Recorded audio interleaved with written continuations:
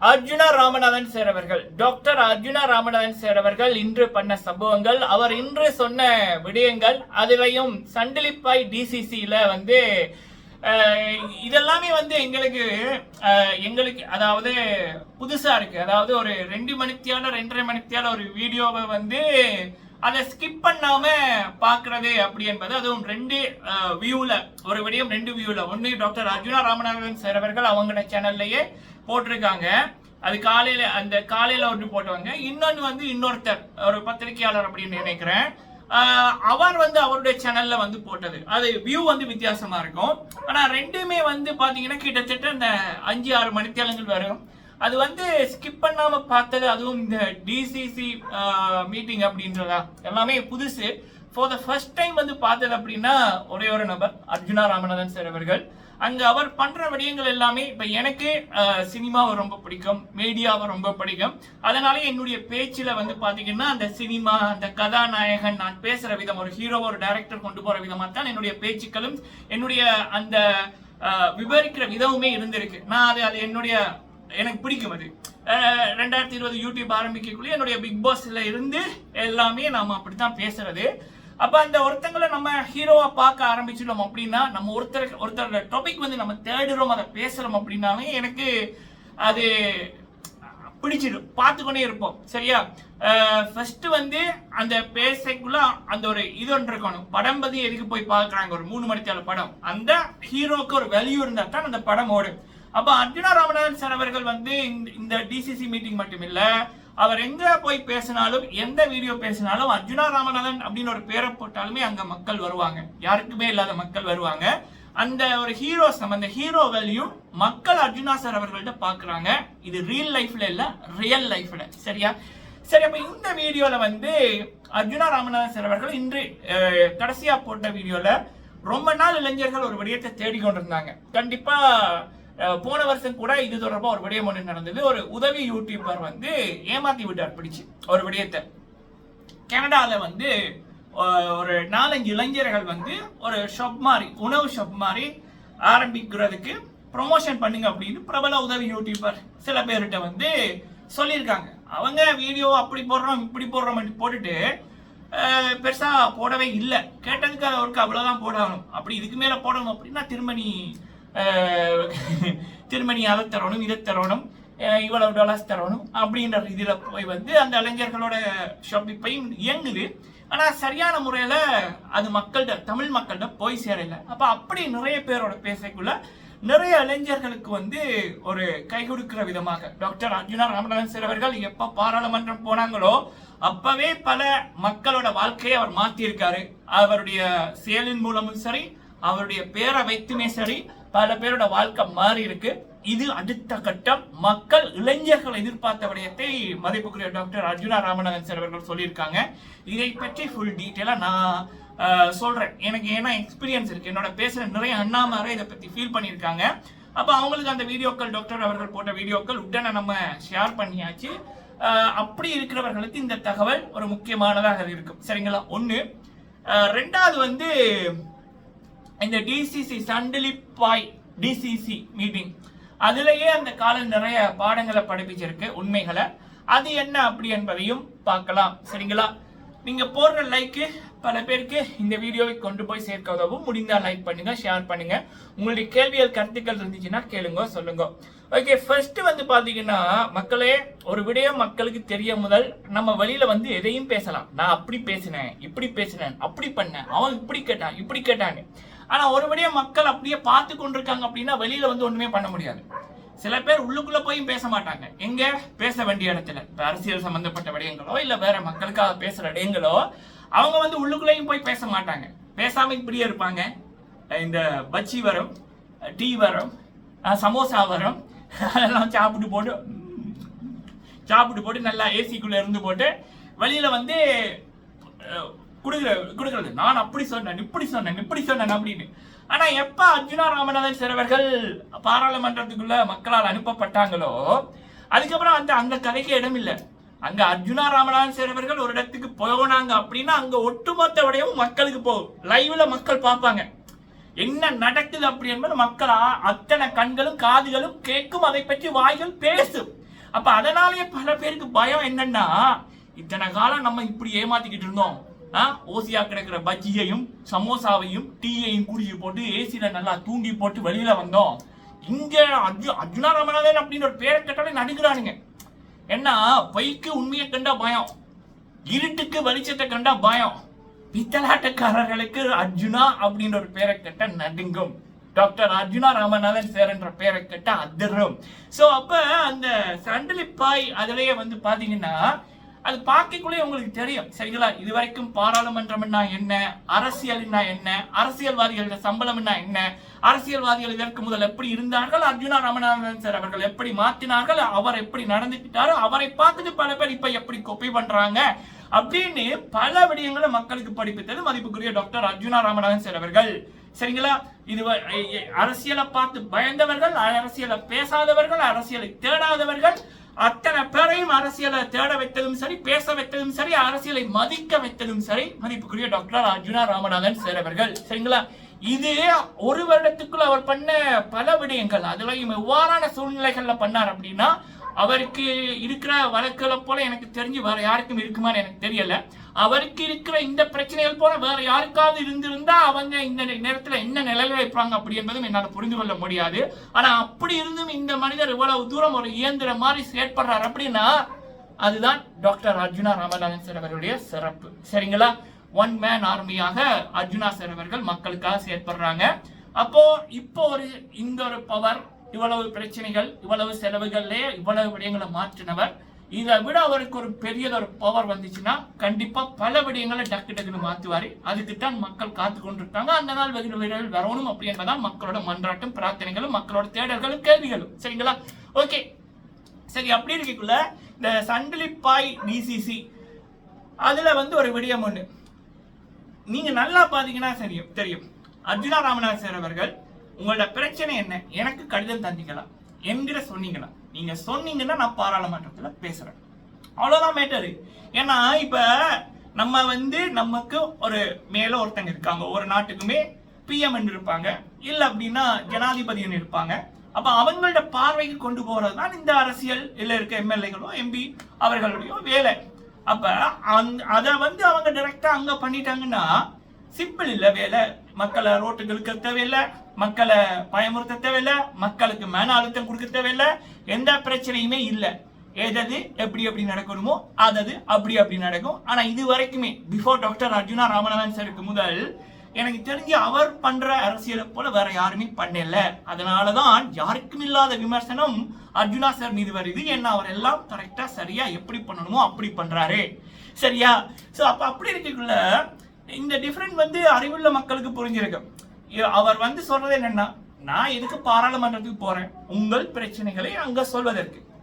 அதை நீங்க எங்கிட்ட சொன்னீங்கன்னா அதை நான் கடிதத்துல நீங்க எழுதி தந்தீங்க, நான் சொல்றேன், அவ்வளவுதான். ஆனா வேற சில பேரை வந்து பாத்தீங்கன்னா மக்கள் இறங்கி இங்க பண்ணுவார்கள், மக்கள் இறங்கி அதை பண்ணுவார்கள், மக்கள் கொந்தளிப்பார்கள், மக்கள் விட மாட்டார்கள். அங்க மக்களை முன்னுக்கு வச்சு போட்டு அவங்க பின்னுக்கு போறாங்க. இங்க டாக்டர் அவர்கள் என்ன, என்னை தாண்டி என் மக்களிடம் போங்க. இதுதான் டாக்டர் அவர்களுடைய அருமை சரிங்களா. இதை புரிந்து கொள்ளாதவர்கள் எதையும் புரிந்து கொள்ள முடியாது. ஆனாலும் அப்படி மாற்றம் ஒன்றை மாறாதது, அவர்களும் புரிந்து கொள்வார்கள் அப்படின்னு நினைக்கிறேன். கூடிய சீக்கிரம் அர்ஜுனா ராமநாதன் சாருக்கு அவர் பவர் கிடைக்கணும் அப்படி என்பதான் நல்லதை விரும்பும் மக்களோட மிகப்பெரிய எதிர்பார்ப்பு சரிங்களா. அதுக்கு நிறைய விடயங்கள் உதாரணம். அதுல இன்றைக்கு சண்டலிப்பாய் அந்த டிசிசி மீட்டிங் அதை பார்த்தீங்கன்னாலே போதும் சரிங்களா.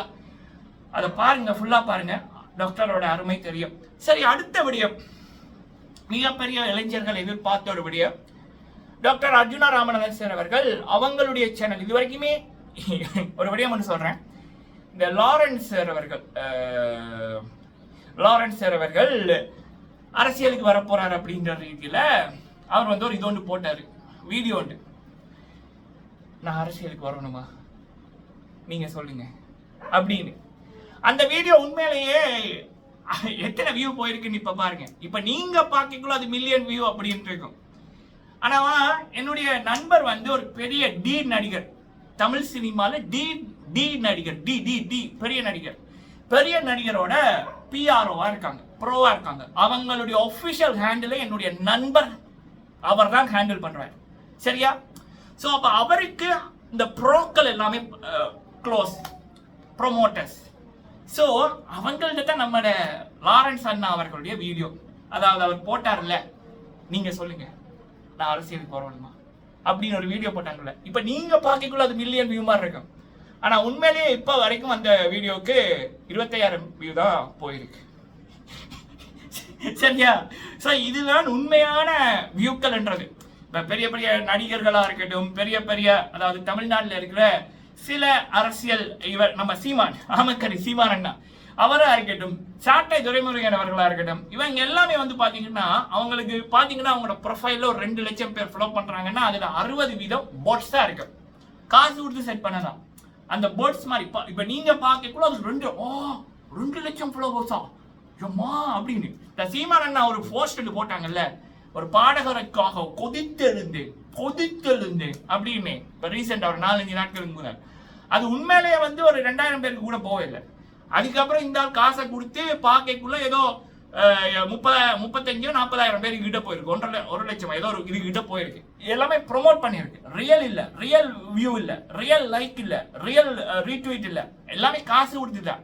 அப்ப இந்த சினிமால இருக்கிறவங்களும் சரி, இந்த தமிழ்நாட்டில் இருக்கிற சில நம்ம சீமான் அண்ணா போன்ற அரசியல்வாதிகளுமே சரி, அவங்க அந்த கௌரவம், அதாவது இவங்க ஒரு விடயம் போட்டா உடனே அந்த 1 லட்சம் பேருக்கு போயிடும். உடனே வந்து ஒரு 1000 பேர் கமெண்ட் பண்ணுவாங்க. உடனே வந்து ஒரு இவங்களுக்கு ஒண்ணுன்னா ஆட்கள் இறங்கி போராட்டம் பண்ணுவாங்க. உடனே இவங்க ஒரு கூட்டம் வச்சாங்கன்னா ஒரு 2000-3000 பேர் வருவாங்க. எல்லாமே காசு கொடுத்து தான் கூட்டம் கூட்டுறது. இவர் பிசிக்கலி ஒரு கூட்டம் வைக்கக்குள்ள 7,000, 5,000, 3,000 கூட்டத்தை வச்சுட்டான் அவர் சீமான் கூட்டிட்டு வருவாரு. அதே நேரத்தில் இவர் டிஜிட்டலி ஒரு விடயம் பண்றாருன்னா அது paid bots, paid like, paid retweet, paid comment மூலம் தான் ப்ரோக்களை வச்சு, அப்புறம் ப்ரொமோட்டர்ஸை வச்சு பண்றது. அப்படித்தான் நம்ம லாரன்ஸ் அண்ணா அவர்களும் பண்ணாரு. அப்ப நம்ம நண்பர் வந்து இந்த விடயத்தை சொல்லியிருந்தார். நான் ஏன் இப்ப இதை சொல்றேன்னா, இப்படி இருக்கேக்குள்ள இலங்கை தமிழ் அரசியல் அப்படி என்பது பிஃபோர் டாக்டர் அர்ஜுனா ராமநாதன் அவர்கள் வர முதல் யாருமே தேவையில்லை பெருசா. இதுதான் உண்மை. பேசினாலும் ஒரு 50 அவரேஜா ஒரு 50-75 வியூ வருமானு கூட தெரியல. ஏன்னா இப்ப கூட பல பேர் அதைத்தான் சொல்றாங்க, அர்ஜுனா ராமநாதன் அப்படின்னு ஒரு பேரை போட்டா தான் அந்த வீடியோ ஓடும் அப்படின்னு. 32 நிமிஷம் இன்டர்வியூ எடுத்தா கூட கடைசியில யோசிப்பாங்க, இந்த வீடியோ ஓடாது, அர்ஜுனா ராமநாதன் சாரோட டாபிக் ஏதாவது எடுப்போம்னு போட்டு ஓண்டட்டா 2 நிமிஷம் சேர்த்து போட்டு அர்ஜுனா ராமநாதன் சாரோட பேரை டைட்டிலையும் அவருடைய பிக்சர் தம்ப்நெயிலையும் வச்சா தான் அந்த வீடியோ ஓடும். இந்த ரியல் மவுஸ் அர்ஜுனா ராமநாதன் சாருக்கு தான் இருக்கு.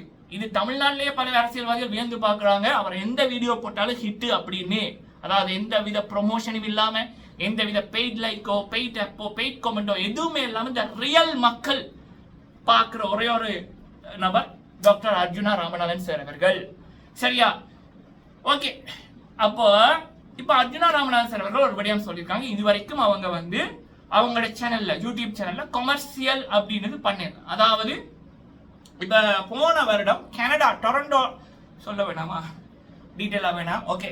ஸோ கனடாவில் இருக்கிற இளைஞர்கள் ஒரு 4-5 பேருன்னு வைங்களேன், யாழ்ப்பாணத்து இளைஞர்கள் அவங்களோட யூனிவர்சிட்டி படிப்பை முடிச்சு போட்டு இந்த பார்பிக்யூ, அதுவும் சொல்றேன், நீங்க பார்த்துருப்பீங்க சில வீடியோக்கள். சரி, ஓகே, பார்பிக்யூ அந்த ஷாப் மாதிரி வச்சிருந்தாங்க. சரிங்களா? வச்சிருந்தாங்க. அப்ப அதை ப்ரமோட் பண்ண சொல்லி 2 பிரபல உதவி யூடியூபர்ஸ் அவங்க கிட்ட வந்து இவங்க வந்து சொல்லியிருக்கானுங்க. அவங்க காசை வாங்கி போட்டு அந்த வீடியோ போடுறதுன்னு போடவே இல்லை. பிறகு இவனுங்க கால் பண்ணி அதுக்கப்புறம் ஏதோ ஒரு போட்டிருக்காங்க, அந்த அம்மா அழுதார்கள் அப்படின்ற டைட்டில் ஏதோ ஒரு இதை போட்டுட்டு காரோடைக்குள்ள ஒருத்தன் சொல்றாங்க, இப்படி இந்த கனடால இவங்க பாட்டிருக்காங்க, முடிஞ்ச பாருங்களேன் அப்படின்னு போட்டு அந்த வீடியோவையும் வேண்டா விரும்புக்கு போட்டிருக்கான். அப்ப சரியா, அது அவங்க சொன்னாங்க, அதுக்கு காசு வாங்கி, எல்லாருமே காசுக்கு தான் பண்றது. பட் அதனால அவங்களுக்கு எந்த பிரயோசனமே இல்ல, பேசாம இருந்திருந்தா கூட அந்த காசு மிஞ்சி இருக்கும் அப்படின்றாங்க. சரிங்களா? சோ அப்ப யாரு எதை பண்றாங்களோ அப்ப அதுதான் கரெக்டா வந்து வரும். அப்ப டாக்டர் அர்ஜுனா ராமநாதன் சார் அவர்களுக்கு உள்நாட்டிலையும் சரி வெளிநாட்டிலையும் சரி அவருக்கு இருக்கின்ற ஒரு மக்கள் படைய போல, அதுவரையும் ஜாழ்ப்பாணத்துல பிறந்த உறவுகள் இப்ப புலம்பெயர்ந்த உறவுகளா இருக்குள்ள அவர் போட்ட வீடியோக்களை அதிகமா அவங்க வந்து பாக்குறவங்க. முக்கியமா கனடா டொரண்டோல நான் கேள்விப்பட்ட வரைக்கும் அர்ஜுனா ராமநாதன் சார் அவர்களுக்கு ஒரு மிகப்பெரிய படையே இருக்கு. அப்படித்தான் யூரோப் ஃபுல்லாவுமே அர்ஜுனா ராமநாதன் சாருக்கான மக்கள், அவரை மகனா நேசிக்கிறவங்க, அவர் ஒரு குடும்பத்தில் ஒருத்தங்களா பாக்குறவங்க, முக்கியமா அடுத்த தலைமுறைக்கு இவரால் தான் ஒரு நல்லது நடக்கும் அப்படின்னு நினைக்கிற பல உறவுகள் அவருடைய வீடியோக்களை தொடர்ந்து பாக்குறவங்க இருக்காங்க. அப்ப அதனால இந்த வெளிநாட்டுல இருக்கிற நபர்களோ இல்ல உள்நாட்டுல இருக்கிற நீங்க வந்து அடுத்து ஒரு ப்ரொஜெக்ட் பண்றீங்க, ஒரு படம் எடுக்கிறீங்க, ஒரு ஷாப் வைக்கிறீங்க, அடுத்த தொழில் முயற்சி ஒன்று ஆரம்பிக்கிறீங்க, அதை எப்படி அங்க இருக்கிற மக்கள்கிட்ட கொண்டு போய் சேர்க்கிறேன்னு தெரியல. உதாரணத்துக்கு சொன்னல, நீங்க வந்து ஒரு சாப்பாட்டு கடை வைக்கிறீங்க, இல்ல அப்படின்னா நீங்க ஒரு டாக்டரா இருக்கீங்க, ஒரு சகோதரி அவர்கள் டொரண்டோல இருக்காங்க, பல்லு டாக்டர் அப்படின்னு.